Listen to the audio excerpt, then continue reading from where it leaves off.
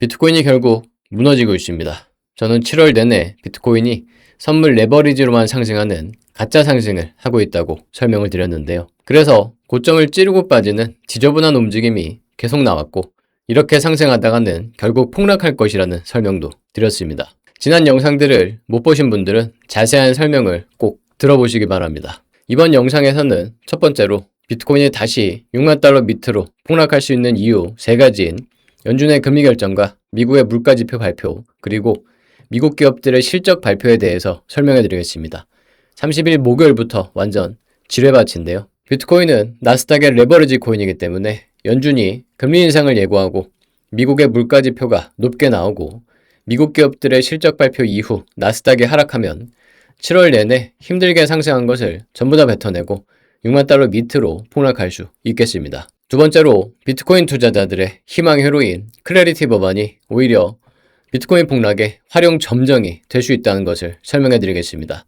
일부 유튜버들은 클래리티 법안이 비트코인을 급등시킬 것이라고 어그로를 끌고 있죠. 하지만 그런 유튜버들은 분석을 제대로 할 줄 몰라서 틀린 말을 하고 있거나 아니면 틀린 걸 알면서도 조회수가 잘 나오니까 일부러 구독자들이 원하는 말을 해주고 있는 겁니다. 과거에 비트코인 현물과 선물 ETF, CME 선물, 벡트, 지니어스 법안까지 결과가 어땠는지 코인판의 초라한 현실을 까발려 드리겠습니다. 그리고 마지막으로 비트코인 매수에 물리셨거나 아직 매도에 들어가지 못하신 분들은 어떻게 하면 될지, 또 만약 다시 상승하면 어디서 매수할지 차트를 분석해 드리겠습니다. 차트 분석은 영상 후반에 나오니까 매매 타점까지 정확하게 확인하실 분들은 영상을 끝까지 보시면 되겠습니다. 첫 번째로 비트코인이 다시 6만 달러 밑으로 폭락할 수 있는 이유 3가지를 설명해 드리겠습니다. 먼저 현재 금융시장의 상황을 제대로 아셔야 되는데요. 어제 비트코인이 급락한 이유는 인공지능 기업들 때문입니다. 엔비디아의 순환 금융이 인공지능 기업들의 거품을 만들고 있다는 걱정이 또 나온 건데요. 한마디로 100달러 지폐 한 장을 서로 주고받으면서 둘 다 100달러를 가지고 있다고 하는 상황인 거죠. 아무것도 하지 않고 200달러를 만들어낸 겁니다. 엔비디아가 오픈AI에 돈을 빌려주고 오픈AI는 그 돈으로 엔비디아의 제품을 구매해서 엔비디아는 그걸로 매출이 나왔다고 하는 건데요. 오픈AI가 돈을 못 갚으면 엔비디아도 같이 무너지는 거죠. 아랫돌 빼서 윗돌 괴듯이 거품만 쌓이고 있는 겁니다. 그래서 엔비디아가 급락하면서 나스닥도 급락을 했고요. 나스닥의 레버리지 코인인 비트코인도 함께 급락한 겁니다. 비트코인이 나스닥을 따라서 똑같이 움직인 것을 보실 수 있죠. 특히 비트코인은 이럴 때도 시세 조작을 빼먹지 않았는데요. 급락 직전에 선물 레버리지로 억지 반등을 시켜서 낚시를 하는 지저분한 움직임을 만들고 급락을 했습니다. 이런 개빡치는 시세 조작 때문에 비트코인 투자자들이 계속 지치고 떠나는 거죠. 게다가 중국의 반도체 기업인 창신 메모리가 상장하자마자 하루 만에 무려 5배를 폭등하고 중국이 자체적으로 반도체 노광 장비를 만들었다는 소식도 나스닥을 더 끌어내렸습니다. 꺼드럭대는 미국의 인공지능 기업들을 중국이 조금씩이나마 따라가고 있다는 건데요. 미국의 인공지능 기업들이 급락하면서 오히려 인공지능에 투자하지 않은 애플이 전 세계 시가총액 1위를 다시 차지했습니다. 그래서 비트코인이 6만 달러 밑으로 다시 폭락할 수 있는 이유 첫 번째는 인공지능 기업들의 실적 발표입니다. 우리나라 시간으로 30일 목요일 새벽 5시부터 마이크로소프트, 메타, 애플, 아마존 등이 나오는데요. 인공지능 기업들이 실적을 발표할 때마다 나스닥이 추가 하락하면 비트코인도 추가 하락을 할 겁니다. 다음으로 비트코인이 6만 달러 밑으로 다시 폭락할 수 있는 이유 두 번째는 연준의 금리 결정인데요. 우리나라 시간으로 30일 목요일 새벽 3시에 결과가 발표되고 3시 30분부터는 연준 의장의 기자회견이 시작됩니다. 이번에 연준이 깜짝 인상을 할 가능성이 점점 높아지는 중인데 이번에는 인상을 하지 않더라도 9월에는 금리 인상이 거의 확정입니다. 그래서 이번에 깜짝 인상을 하면 비트코인은 바로 폭락할 것이고 9월 금리 인상을 예고만 해도 비트코인은 추가 하락을 이어갈 것인데요. 마지막으로 비트코인이 6만 달러 밑으로 다시 폭락할 수 있는 이유 세 번째는 미국의 개인 소비 지출 물가지수 발표입니다. 연준의 금리 결정 직후 우리나라 시간으로 30일 목요일 저녁 9시 30분에 나오는데요. 만약 물가지표까지 높게 나오면 연준의 금리 인상 가능성이 더 높아지면서 비트코인의 하락은 점점 더 빠르고 강해질 겁니다. 정리하면 30일 새벽 3시에 연준의 금리 인상 예고를 시작으로 30일 저녁 9시 30분에 미국의 물가지표까지 높게 나오고 30일부터 31일까지 인공지능 기업들의 실적 발표 이후 나스닥이 계속 하락하면 비트코인도 계속 하락을 할 건데요. 두 번째로 비트코인 투자자들의 희망의 로인 클래리티 법안이 오히려 비트코인 폭락의 활용 점정이 될 수 있다는 것을 설명해 드리겠습니다. 지금 클래리티 법안은 코인으로 장사질을 하는 트럼프 때문에 발목이 잡혀 있는데요. 실제로 트럼프는 대통령이 되고 나서 1년 만에 평생 벌었던 돈보다 더 많은 돈을 벌었습니다. 전 세계의 수많은 코인 투자자들이 크게 손실을 본 2025년에 코인 장사질로만 무려 2조 원을 넘게 쓸어 담았는데요. 지 입으로 스스로 돈벌이 하려고 대통령 한다고 말하는 인간입니다. 이런 인간이 인생 최고의 돈다발을 안겨준 코인판을 포기하기는 쉽지 않겠죠. 그래서 예측 시장에서는 2016년에 클래리티 법안이 통과될 확률을 37%로 예측하고 있습니다. 어그로를 끄는 일부 유튜버들 말고는 모두가 알고 있는 거죠. 트럼프 때문에 망했다는 걸. 클래리티 법안의 데드라인은 미국 의회가 휴가를 떠나는 8월 7일입니다.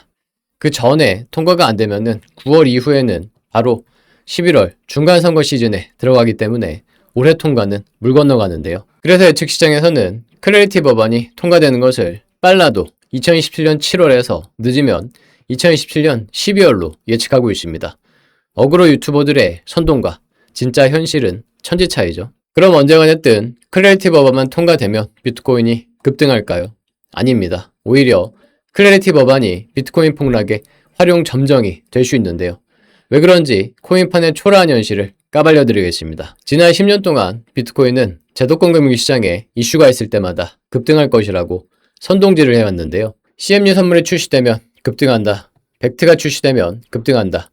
선물 ETF가 출시되면 급등한다. 지니어스 법안이 통과되면 급등한다 등등 외에도 수많은 희망의 로를 돌리고 정신승리했지만 보시는 것처럼 결과는 모두 폭락이었습니다. 현물 ETF가 나왔을 때도 나스닥이 상승하면서 비트코인도 상승했을 뿐이고요. 현물 ETF가 없었어도 비트코인은 나스닥을 따라서 상승했을 겁니다. 따라서 과거의 모든 이슈가 그랬듯이 클래리티 법안은 비트코인의 상승과 상관이 없을 것이고 오히려 클래리티 법안이 통과된 이후 비트코인이 하락할 수 있겠습니다. 그리고 만약 클래리티 법안이 통과되고 비트코인이 상승하더라도 그건 나스닥이 상승해서 비트코인도 함께 상승할 뿐일 겁니다. 개인적으로는 미국의 중간선거인 11월 이후에 비트코인의 상승장이 시작될 것으로 생각하는데요. 왜냐하면 지금 예측 시장에서는 11월 중간선거에서 민주당이 상원과 하원을 모두 싹쓸이 압승할 것으로 예측하고 있습니다. 그럼 그 이후에는 트럼프의 탄핵이 추진될 건데요. 그래서 예측 시장에서는 빠르면 2027년 3월, 늦어도 2027년 12월 이전에 트럼프가 탄핵될 것으로 예측하고 있습니다. 혹시나 최종 탄핵까지는 안 되더라도 사실상 식물 대통령이 될 건데요. 이미 지지율도 역대 미국 대통령 중에서 제일 빠르게 추락하면서 매일매일이 신저가 경신 중이죠. 근데 공교롭게도 비트코인의 4년 사이클 이론 저점도 10월에서 11월입니다. 그래서 저는 2026년 11월에 트럼프가 중간선거에서 질 때 비트코인이 바닥을 만들고 2027년에는 트럼프의 탄핵을 신호탄으로 비트코인도 폭등 랠리가 터질 것이라고 생각합니다. 정리하면 7월 말까지 연준의 금리 결정, 미국의 경제지표, 미국 기업들의 실적 발표에 따라서 나스닥과 함께 비트코인이 하락할 수 있는 것이고 8월 초에도 클래리티 법안의 통과 실패로 비트코인이 추가 하락을 할 수 있는 겁니다. 그럼 마지막으로 비트코인 매수에 물리셨거나 아직 매도에 들어가지 못하신 분들은 어떻게 하면 될지, 또 만약 다시 상승하면 어디서 매수할지 차트를 분석해 드리겠습니다. 7월에 시작된 단기 상승 추세는 이미 깨졌는데요. 이제 최대 57,700달러까지도 하락 조정이 발생할 수 있겠습니다. 매도 타점은 여기서 다시 한번 63,000달러가 무너질 때 67,000달러 위에 손절을 설정하고 진입할 수 있겠고요. 하락 목표가는 1차로 61,200달러, 2차로 57,700달러까지 설정할 수 있겠습니다. 그 다음에는 57,700달러가 깨지기 전에 나스닥이 다시 살아나면 비트코인도 반등할 수 있겠는데요. 하지만 결국 나스닥이 계속 하락하면 비트코인도 57,700달러를 깨고 4년 사이클 이론에 따라서 최대 10월에서 11월까지 5만 달러와 4만 달러를 향해 갈 수 있겠습니다. 그럼 제일 강력한 하락 패턴인 역헤드앤 숄더 패턴이 완성되죠. 하지만 비트코인이 7월과 8월에 마지막 고비들을 이겨내고 67,300달러를 돌파하면 2025년 10월부터 이어진 하락 추세선을 벗어나서 상승 추세가 시작될 수 있겠는데요. 1차로는 전고점인 82,900달러까지 상승할 수 있겠습니다. 매수 타점은 65,800달러가 돌파될 때 63,000달러의 손절을 설정하고 진입할 수 있겠습니다. 올해 7말 8초는 비트코인의 굉장히 중요한 시기입니다.